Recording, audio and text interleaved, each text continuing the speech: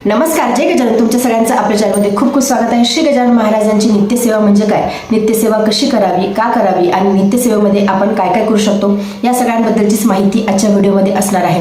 नित्यसेवा म्हणजे महाराजांची रोज सेवा करणे, रोज भक्ती करणे. रोज भक्ती करणे म्हणजे एक नियमामध्ये आपण स्वतःला शिस्त लावून डिसिप्लिनमध्ये श्री गजानन विजय ग्रंथाचा एक अध्याय वाचणं असो, शुभ दिवस जसं की गुरुवार किंवा एखाद्या शुभ तिथीवर तुम्ही श्री गजानन विजय ग्रंथाचं पारायण सुरू करू शकता किंवा तुमची जेव्हा इच्छा होईल तेव्हा. विजय ग्रंथामध्ये 21 अध्याय आहेत, तर मग कुठल्याही शुभ दिवसापासून किंवा तुमची इच्छा ज्यावेळी होईल त्या दिवसापासून तुम्ही श्री गजानन विजय ग्रंथाचा एक अध्याय वाचू शकता. महाराजांची भक्ती सेवा उपासना करण्यासाठी सगळे दिवस शुभ आहेत आणि वैष्णवांना अशुभ असं काहीच नसते.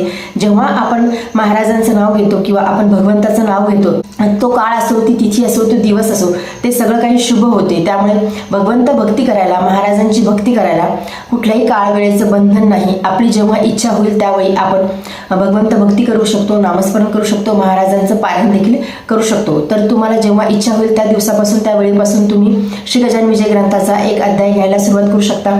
रोज नित्यनियमाने एक अध्याय श्री गजानन विजय ग्रंथाचा आवर्जून वाचावा.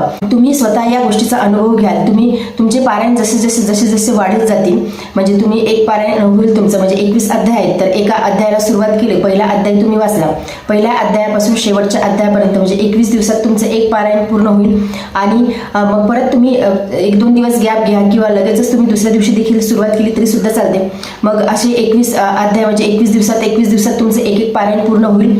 तर तुमचं जेव्हा जास्तीत जास्त पारायण होतील त्यावेळी तुम्हाला स्वतःला अनुभव येईल, म्हणजे 9 पारायण होतील, 11 पारायण होतील, तेव्हा तुम्हाला खूप सुंदर छान महाराज अनुभव देतील, अनुभूती देतील. माझ्या म्हणण्यावरती विश्वास ठेवू नका, तुम्ही स्वतः अनुभव घेऊन बघा. श्री गजानन विजय ग्रंथ नित्य नियमाने जो व्यक्ती वाचतो त्या व्यक्तीच्या घरामध्ये कशाची कमतरता पडत नाही. सगळ्या गोष्टी बॅलन्समध्ये चालतात.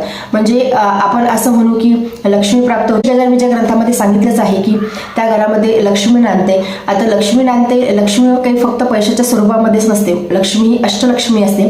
तर आपल्या घरामध्ये अष्टलक्ष्मी नांदायला हव्या, घरामध्ये सगळ्या गोष्टी बॅलन्समध्ये चालायला हव्या आणि ह्या सगळ्या गोष्टी महाराजांच्या कृपेने चालतात. त्यामुळे तुम्ही श्री गजानन विजय ग्रंथाचा रोज एक अध्याय नित्य नियमाने नित्यसेवेमध्ये वाचण्याचा नक्की प्रयत्न करावा. आणि काळ वेळ असं काही बंधन पाळू नका. म्हणजे मला अशा कमेंट येतात की कधीपासून सुरू करू पारायणासाठी, तर तुमची जेव्हा इच्छा असेल, जेव्हा तुमचं मन होईल त्यावेळेपासून तुम्ही श्री गजानन विजय ग्रंथाचं वाचन करू शकता. वैष्णवांच्यासाठी, भगवंत भक्ती करणाऱ्यांसाठी अशुभ असं काहीच नसते. सगळ्या गोष्टी शुभ आहेत आणि आपण मुळात कधी कोणती गोष्ट जी आहे ती मनामध्ये आणायचीच नाही. आपण म्हणतो अमावस्या वाईट असते, परंतु अमावस्याला देखील माता लक्ष्मीची पूजा ही केली जाते. माता लक्ष्मीची म्हणजे माता लक्ष्मीची पूजा करण्याची एक तिथी आहे, ती म्हणजे अमावस्याच आहे. आणि त्यामुळे आपण कुठल्याही दिवसाला वाईट वगैरे न समजता सदा सर्वदा आपण भगवंत भक्ती करू शकतो. भगवंत भक्ती करायला सगळं शुभ आहे, अशुभ असं काही नाही. तर त्यामुळे तुम्ही श्री गजानन विजय ग्रंथाचा एक अध्याय नित्यसेवेमध्ये नक्की वाचा. त्यासोबतच तुम्ही नामस्मरण करू शकता. आता नामस्मरण करायचं नित्यसेवेमध्ये कसं, तर अनेक जण 11 माळी घेतात, 5 माळी घेतात किंवा 1 माळी घेतात. तर तुमचा जो काही नियम असेल, एक नियम कुठला तरी तुम्ही फॉलो करा. म्हणजे याच्यासाठी फॉलो करा की आपण नियमांमध्ये राहिलो तर आपण शिस्तीने प्रत्येक गोष्ट करतो, एका डिसिप्लिनमध्ये आपण वागतो. म्हणजे आपल्या लक्षात राहते की आता मला हे उद्या श्री गजानन विजय ग्रंथाचा अध्याय वाचायचा आहे किंवा मला नामस्मरण करायचं आहे. त्यासाठी स्वतःला एक कुठला तरी नियम आवर्जून लावून घ्यावा. म्हणजे आता सगळ्यांकडून सगळ्या गोष्टी होतील असं नाही, तुमच्याकडून जे शक्य होईल, तुम्हाला जे सोपं वाटेल ते. आणि म्हणजे श्री गजानन विजय ग्रंथाचा अध्याय वाचायचा किंवा महाराजांचं नामस्मरण करायचं, माळी घ्यायच्या. श्री गजानन विजय ग्रंथ वाचताना आणि माळी घेताना दोन्ही वेळेस लक्षात ठेवायचं आहे की गजानन विजय ग्रंथ देखील खूप फास्ट वाचायचं नाही, आपल्याला तो समजला पाहिजे. महाराजांच्या लीला आपल्याला समजल्या पाहिजेत. म्हणजे श्री गजानन विजय ग्रंथ तुम्हाला 1 किंवा 2 वेळेस वाचून असा पटकन समजणार नाही, कारण ती प्राकृतिक भाषा आहे. तुम्हाला पटकन त्या लीला अशा पटकन लक्षात येत नाही. परंतु जेव्हा आपण वाचू, हळूहळू वाचू, समजून वाचू, त्यावेळेस महाराज काय आहेत, महाराजांच्या लीला कशा आहेत हे आपल्याला समजायला मदत होते. आणि तुमचे जेवढे जास्त तुम्ही पारायण कराल त्यावेळी प्रत्येक वेळी तुम्हाला मी खात्रीने सांगते की श्री गजानन विजय ग्रंथ हा नवा वाटतो, म्हणजे वेगळा वाटतो. प्रत्येक वेळी आपल्याला काहीतरी उमजत जाते, प्रत्येक वेळी आपल्याला काहीतरी समजत जाते, प्रत्येक वेळी एक वेगळी गोष्ट आपल्या समोर येते, आपल्यामध्ये भाव निर्माण होतो. त्यामुळे श्री गजानन विजय ग्रंथ वाचताना अतिशय शांततेने मन लावून वाचायचं आहे.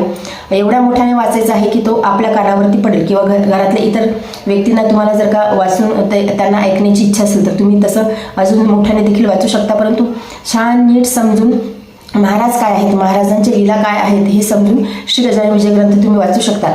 नामस्मरण करताना जेव्हा आपण माळेवरती तुम्ही नामस्मरण करत असाल तर हातामध्ये माळ घ्यायची आणि भरभर ओढायची नाही. म्हणजे असं होते की गणगण गणात होते हा मंत्र म्हणताना 4 शब्द आहेत तर 4 मणी ओढल्या जातात. तर तसं न करता अतिशय शांततेने एक मणका तुम्ही ओढला की एका वेळी एक मंत्र म्हणजे गणगण गणात होते, गणगण गणात होते, गणगण गणात होते एवढं शांत चित्ताने तुम्ही नामस्मरण करा.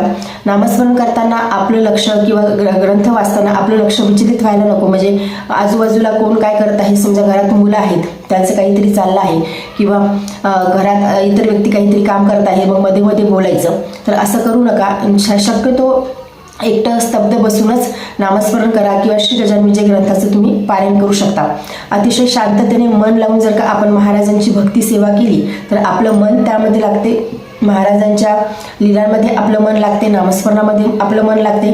आणि जेव्हा आपण नामस्मरण करतो त्यावेळी मन असं एकाग्र व्हायला पाहिजे, आपलं एका ठिकाणी चित्त कॉन्सन्ट्रेट व्हायला पाहिजे, महाराजांच्या चरणाशी आपलं चित्त असायला हवं. त्यामुळे जेव्हाही आपण नामस्मरण करू किंवा पारायण करू तर शांत चित्ताने पारायण करण्याचा प्रयत्न करायचा आहे किंवा नामस्मरण करण्याचा प्रयत्न करायचा आहे. आता अनेक जण अनेक नियम फॉलो करतात. म्हणजे दिवसभरामध्ये ते श्री गजानन विजय ग्रंथाचं वाचन करतील, परत रामायण वाचतील, परत अजून त्यांना काही इच्छा असेल तर ते अनेक ग्रंथ वाचत असतात, ज्ञानेश्वरी वाचत असतात. तर मग काय होतं की ज्ञानेश्वरी वाचतात किंवा मग नामस्मरण करतात, 11 माळी घेतात, वेगवेगळे मंत्र घेत राहतात. परंतु आपण जो काही नियम करू जेवढं शक्य होत असेल तुम्ही तेवढंच करा. तर त्या नियम करत असताना मग त्यांचं मध्ये मध्ये बोलणं होते की आता माझी एवढी सेवा आहे, 6 ते 8 2 तास मी सेवा करते. परंतु सेवेच्या मध्ये मग त्यांचं बोलणं चालू असते किंवा काहीतरी मग चहा पिऊ थोडासा नंतर परत करू असं न करता जेव्हाही आपण भगवंत भक्ती करतो अतिशय मन लावून अतिशय निष्ठेने थोडकीच पण सुंदर छान सेवा आपल्याला करायची आहे. ती मोठी झाली आहे त्यापेक्षा सेवा ही किती व्यवस्थित झाली आहे, किती उत्सुकतेने झालेली आहे. म्हणजे आपल्या मनामध्ये एक्साइटमेंट असायला हवी, आपल्या मनामध्ये उत्साह असायला हवा की आता मला उद्यापासून श्री गजानन विजय ग्रंथाचं पारायणाची सुरुवात करायची आहे. आणि जेव्हाही अध्याय वाचायला बसाल तेव्हा एक मनामध्ये उत्सुकता असली पाहिजे की आता पुढच्या नेक्स्ट अध्यायामध्ये काय आहे, ही उत्सुकता आपल्या मनामध्ये असायला हवी. जेव्हाही आपल्याला नामस्मरण करायला बसायचं आहे तेव्हा आपण असं शांत छान स्वतःला एकदम कॉन्सन्ट्रेट करून आपण बसायला हवं.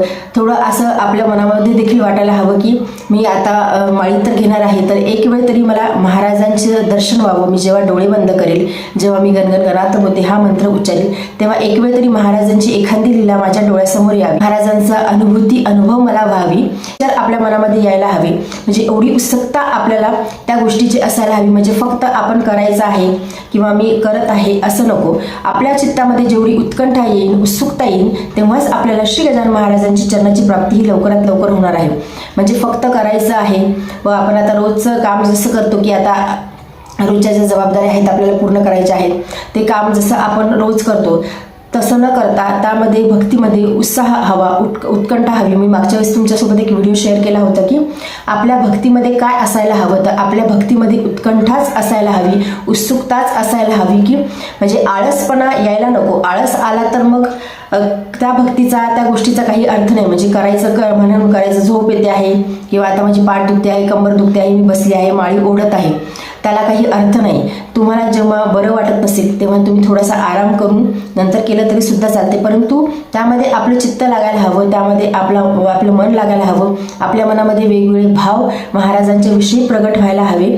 तेव्हाच आपल्याला आपली जी भक्ती आहे ती आपली पुष्ट होणार आहे. भक्तीमध्ये आपल्याला शक्ती येणार आहे आणि महाराजांच्या जर काय चरणाची प्राप्ती आपल्याला करून घ्यायची असेल, महाराजांची प्राप्ती आपल्याला करून घ्यायची असेल तर नक्कीच आपल्या भक्तीमध्ये उत्कंठा हवी, आपल्या भक्तीमध्ये तेवढी शक्ती हवी. तेव्हाच आपल्यासोबत या गोष्टी घडणार आहेत किंवा महाराज आपल्याला काहीतरी अनुभूती देणार आहेत. त्यामुळे नित्यसेवा तर तुम्ही करा. नित्यसेवा करणं खूप चांगली गोष्ट आहे. नित्यसेवा ही करायलाच हवी, प्रत्येकाने करायला हवी. असे अनेक भक्त आहेत की जे म्हणजे 30-40 वर्षापासून किंवा 50-50 वर्षापासून ते श्री गजानन महाराजांची नित्यसेवा करतात आणि अतिशय मन लावून करतात, एकाग्र चित्ताने करतात. अशा भक्तांना महाराजांनी अनुभव दिलेले आहेत, अनुभूती दिलेली आहे. म्हणजे मी हेच परत सांगते की सेवा किती मोठी करत आहात त्यापेक्षा सेवा किती मन लावून करत आहात, किती उत्सुकतेने, किती उत्कंठेने करत आहात हे महत्त्वाचं आहे.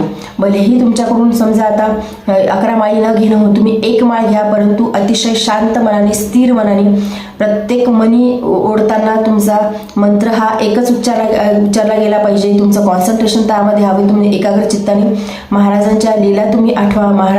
महाराजांनी कोणाकोणाला कसे कसे अनुभव दिले आहेत ते सगळं आठवा आणि नंतर तुम्ही महाराजांचं नामस्मरण करा. 5 माळी घेणं होत नाही, 11 माळी घेणं होत नाही तर 1 माळ घ्या, परंतु ती जी माळ आहे ती मन लावून करा. तेव्हाच महाराज अनुभव देतील, अनुभूती देतील. महाराज आपल्या जीवनाचं कल्याण नक्की करतील. तर आजच्या व्हिडिओमध्ये एवढेच. व्हिडिओ जर तुम्हाला आवडला असेल तर व्हिडिओ लाईक करा. चॅनलवरती नवीन असेल तर चॅनलला सबस्क्राईब करा. जय गजानन. धन्यवाद.